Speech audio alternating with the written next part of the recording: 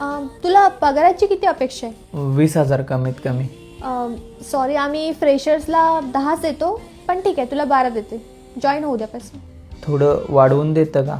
मला पगारातून काहीतरी उरलं पाहिजे. 12,000 मध्ये तुला परवडत नाही. कुठे जातात तेवढे पैसे?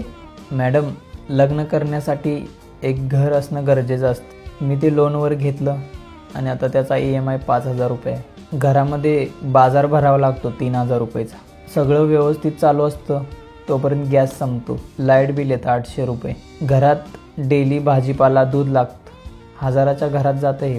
तोपर्यंत TVचा रिचार्ज संपतो आणि तो मारला की काही दिवसाने मोबाईलचा पण रिचार्ज संपतो. आणि कामावर येण्यासाठी बसचा पास पण काढावा लागतो. थोडे पैसे राहतात तोपर्यंत घरात कोणतरी आजारी पडतं. आणि तुम्ही जर मला 12,000 रुपये पगार दिला तर माझ्याकडे 200 रुपये राहतील. 200 रुपये वर्षभर साठवले तर 2,500 रुपये पण व्यवस्थित होत नाहीत. आणि त्या साठवलेल्या पैशातून वर्षाअखेरी मला घरफाळा, पाणीपट्टी भरावी लागते. स्वतःसाठी काही आवडीचं खायचं म्हटलं तरी अंगावर काटा येतो. कधी कधी आईवडिलांचं आश्चर्य वाटतं, दिवाळीत 2-2 शर्ट कसे घेऊन देत होते. आता तुम्ही सांगा, मी 12,000 रुपयेमध्ये काम करू का?